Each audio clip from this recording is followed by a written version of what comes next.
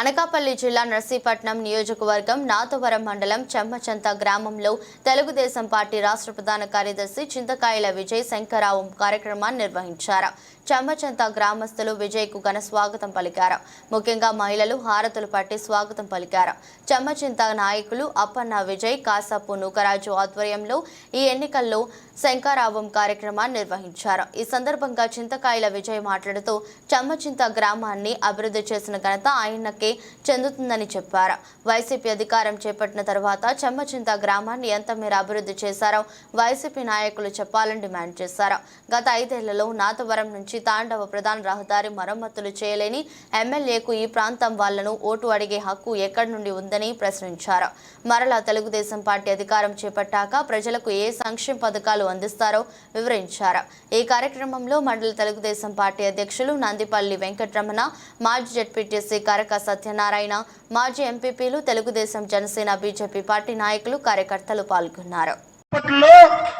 ఎక్కడ నర్సీపట్నంలో 150 పడకల హాస్పిటల్ ఎవరు తీసుకొచ్చాడు? అయ్యన్న పాత్రి గారు తీసుకొచ్చారు. నీకేమన్నా దమ్ముందో ఒక్క పడక పెంచగలిగేవా ఈ 5 సంవత్సరాల్లో? ఒక్క పడక కాదు కదా, పెనాయిల్ కూడా కొనలేకపోయావు హాస్పిటల్కి నువ్వు. ఈ రోజు హాస్పిటల్ తీసుకొచ్చింది ఎందుకో తెలుసా? ఎంతో మంది మహిళలు డెలివరీల సమయంలో సీరియస్ అవుతుంటే వైజాగ్ కేజీహెచ్కి తీసుకెళ్లి లోపల చనిపోతున్నారని చెప్పి 150 పడకల హాస్పిటల్ నర్సీపట్నంలో తీసుకొస్తే ఆ హాస్పిటల్కి ఒక మత్తు డాక్టర్ ఉండాలని ఎవరు రాకపోతే అంబేద్కర్ గారి ఆశయాల్ని నమ్మిన ఒక దళిత డాక్టర్ 150 పడకల హాస్పిటల్లో డాక్టర్ సుధాకర్ గారిని అపాయింట్మెంట్ చేస్తే ఆ హాస్పిటల్ ని నెంబర్ 1 హాస్పిటల్ గా తీసుకెళ్లిన ఏకైక డాక్టర్ సుధాకర్ గారు ఒక దళిత బిడ్డ. ఆ డాక్టర్ సుధాకర్ గారిని మన కోవిడ్ సమయంలో మాస్క్ అడిగాడు, పీపీ కిట్ అడిగాడు. అడిగితే ఈ ఎమ్మెల్యే అన్నాడు, నీకు ఎంత కొవ్వెక్కుపోయిందిరా, బల్పా నీకు, జగన్మోహన్ రెడ్డిని తిడతావా, నన్నే ప్రశ్నిస్తావా అని చెప్పి ఆ డాక్టర్ ఉద్యోగం తీసి రోడ్డు మీద పడేస్తే ఆ డాక్టర్ వెళ్ళి బతిమాలాడు ఈ ఎమ్మెల్యేని, నా ఉద్యోగం మళ్ళీ నాకు ఇవ్వండి అని. కానీ అరాచకంగా ఆ డాక్టర్ని మొత్తం మానసికంగా కొంగ తీసి రోడ్డు మీద గుండు కొట్టించుకొని తీసుకొచ్చి బట్లిప్పీసులా చేసి పిచ్చోని చేసి చచ్చిపోయేలా చేశారు. ఆ డాక్టర్ గుండాకి చచ్చిపోయాడు. ఈరోజు ఒక డాక్టర్ని రోడ్డు మీద పెట్టి ఒక దళిత డాక్టర్ని గుండా నాన్న కోడికత్తో పొడిచారు. ఈ డ్రామాలు ఏంటండి? బాబాయిని చంపింది ఎవరు? జగన్మోహన్ రెడ్డి చంపాడు. చంపిన తర్వాత వాళ్ళ చెల్లి బయటకు వచ్చింది. ఇప్పుడు షర్మిల, వాళ్ళ ఇంకో చెల్లి సునీతి గారు బయటకు వచ్చారు. ఏమని చెప్తున్నారు? మా అన్నే చెప్పి చంపించాడు మా బాబాయినే, గొడ్డలతో ఇష్టం వచ్చినట్టు కస నరికించిన, క్రూరత్వంతో నరికించిన వ్యక్తి జగన్మోహన్ రెడ్డి అని చెప్పి వాళ్ళ చెల్లె చెప్తుంటే నువ్వు ఆడపడుచులు కాపాడుతావా? నువ్వు కుటుంబాలను కాపాడుతావా? ఈ నాతవరం సెంటర్ లో మొన్నటి దాకా చూశాను, కొన్ని బోట్లు కనబడ్డాయి. మా నమ్మకం నువ్వే జగనట. వీళ్ళ చెల్లిని చెప్పమనండి, మా నమ్మకం నువ్వే అన్నయ్య అని. వాళ్ళ తల్లిని చెప్పమండి, మా నమ్మకం నువ్వే నా కొడక అని. ఎవడన్నా చెప్పగలడండి? వాళ్ళ కుటుంబాన్ని రోడ్డు మీద పడి తీసినాడు మన ఆడపిల్లల్ని కాపాడుతాడా అనేది ఒక్కసారి మీరు అందరూ ఆలోచించవలసిన అవసరం ఎంతైనా ఉంది. మళ్ళీ ఇంకో డ్రామా, కోడికత్తి సీన్ తీసుకొచ్చి కోడికత్తితో పొడమంటాడు. ఇప్పుడు మా నాన్న నేను వస్తున్నాం, అభివృద్ధి చేస్తామని చెప్తున్నాం. 5 సంవత్సరాల ముందు అభివృద్ధి చేసామని చెప్తున్నాం. మేమైనా కత్తిలతో పొడుచుకుని వస్తామండి? మొన్నేమో గులకరాయి తీసి ఆ రాయి పెట్టి కొట్టుకొని పిచ్చోడి చేతిలో రాయిలాగా ఆ రాయి కనపడదట. మళ్ళీ మనకి ఇప్పుడు ఎవడన్నా రాయి ఇసిరేయడానికి నాకు ఇక్కడ కనబడుతుందా? కిందైనా కనబడుతుందా? ఆ రాయి మాత్రం కనబడదు. దానికి రెక్కలోంచి ఎక్కడికి ఎగిరిపోయింది. ఇది ఆఖరిసారి పోటీ చేస్తున్నారు. మళ్ళీ 5 సంవత్సరాల తర్వాత పోటీ చేయనని చెప్పారు. ఈ రోజు చెమ్మచంత గ్రామానికి ఇంత అభివృద్ధి చేసామని మేము ఖచ్చితంగా ఘంటాపదంగా బల్ల బుద్ధి చెప్తున్నాం. ఏది వైఎస్ఆర్సీపీ నాయకుని రేపు ఉదయం ప్రెస్ మీట్ పెట్టి ఏం తీసుకొచ్చాడో చెప్పమనండి. ఈ రోజు నేను ఒకటి చెప్తున్నాను, 2 కోట్లు 2 లక్షల రూపాయలు సీసీ రోడ్లు తెచ్చారు. అలాగే 200 రూపాయలు పెన్షన్ చేసింది రాజశేఖర రెడ్డి గారు, అంటే వీళ్ళ తండ్రే కదా. అయితే ఆ 200 రూపాయల పెన్షన్ ని 2000 రూపాయల పెన్షన్ చేసింది ఎవరు? నారా చంద్రబాబు నాయుడు గారు. అయితే ఆ బండి కాలేజ్ మోహన్ రెడ్డి ఎంత మోసం చేసాడంటే, మొన్న ఎలక్షన్ లో ఈ 2000 రూపాయల పెన్షన్ ఇచ్చిన తర్వాత చంద్రబాబు నాయుడు గారు నేను 3000 రూపాయలు చేస్తానన్నాడు. 3000 రూపాయలు చేస్తానంటే కొంతమంది అన్నారు ఈ 2000 ఇస్తున్నాడు కదా, ఎన్ని అప్పుల్లో ఉన్నా 3000 కూడా ఇస్తాడేమని చెప్పేసి కొంతమంది ఫ్యాన్ గుద్దారు. గుద్దితే నేను అన్నాను, మరి గెలిచిన తర్వాత మొట్టమొదటి సంవత్సరం 3000 రూపాయలు ఇచ్చాడమ్మా? మొట్టమొదటి సంవత్సరం ఎంత ఇచ్చాడు? 5 సంవత్సరాల్లో 2 లక్షల రూపాయలు 5 లక్షల రూపాయలు ఇచ్చేవారే. ఆ చంద్రన్న బీమా తీసేసావే. పసుపు కుంకుమ కింద ఆ రోజు డ్వాక్రా మహిళా సంఘాలకి, అసలు డ్వాక్రా మహిళా సంఘాలు పెట్టిందే నారా చంద్రబాబు నాయుడు గారు ఈ రాష్ట్రంలో. ఎందుకు పెట్టారండి?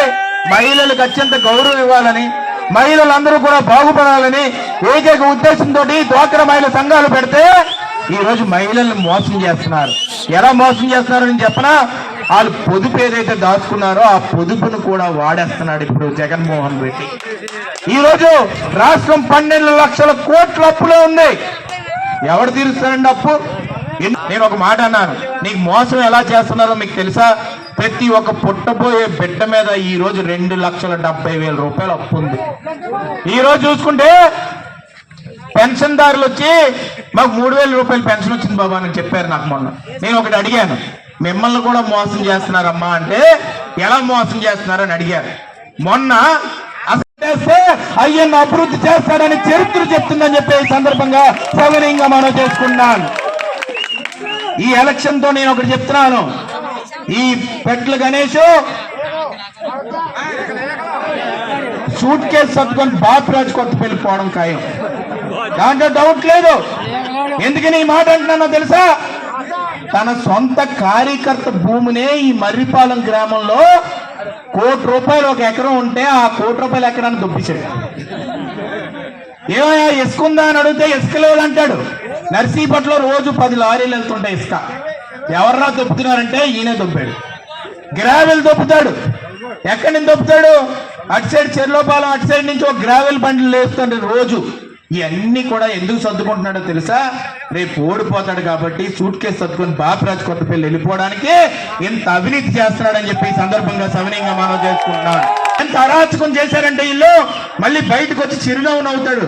నేను ఒక మాట చెప్తున్నాను మీ అందరికీ, డాక్టర్ సుధాకర్ గారు అని చెప్పి ఒక డాక్టర్ ఉండేవారు. ఆయన మళ్ళీ ఇంకో విసులుబాటు కల్పించారు. ఎక్కడైనా ఉండండి, హైదరాబాద్ లో కానీ వైజాగ్ లో కానీ మన పిల్లల దగ్గరికి ఎంతమంది పెద్దవాళ్ళు వెళ్తున్నప్పుడు ఇక్కడ వాలంటీర్ ఫోన్ చేసి అమ్మ వచ్చేసండి పెన్షన్ ఇస్తున్నాం ఇంటి దగ్గరికి అని అంటారు కదా, మీరు 3 నెలలు ఎక్కడన్నా ఉండరండి, 12,000 రూపాయలు మీ చేతికి మీ గడపకి ఇస్తారని చెప్పారు. చాలా మంది అడిగారు నన్ను, ఎలా చెప్తాడండి చంద్రబాబు నాయుడు 12,000 అంటే? నేను ఒకటి అన్నాను, 16,000 కోట్ల అప్పుడు తెలంగాణ నుంచి విడిపోతే ఒక్క సంవత్సరం కూడా మేస్టర్లు కానీ జీతాలు ఆపకుండా, ఎంతో మంది పెన్షన్లు ఆపకుండా, పసుపు కుంకుమ డ్వాక్రా మహిళలకు ఇచ్చి అమరావతి అనే రాజధాని కడతానన్న దమ్మున్న నాయకుడు నారా చంద్రబాబు నాయుడు గారు ఇవ్వకపోతే ఎవడిస్తాడని చెప్పి సందర్భంగా సవినయంగా మనం చేసుకుంటున్నాను. ఈ నియోజకవర్గానికి 40 సంవత్సరాల రాజకీయ చరిత్ర అయ్యన్న పాత్రి గారిది. ఒకే పార్టీలో పుట్టాడు, ఒకే పార్టీ జెండా బతుకుతున్నాడు. 10వ నామినేషన్ వేశాడు, 10 సార్లు ఎలక్షన్ పోటీ చేశాడు, ఒకే నియోజకవర్గంలో పోటీ చేశాడు తప్ప దొంగోళ్ళలాగా ఎక్కడికెక్కడ పోలేదు. అంటే అర్థం ఏంటి? నిజాయితీతో నిక్కచ్చిగా ఈ నర్సీపట్నం నియోజకవర్గానికి అటు ఇచ్చాపురం నుంచి రాయలసీమ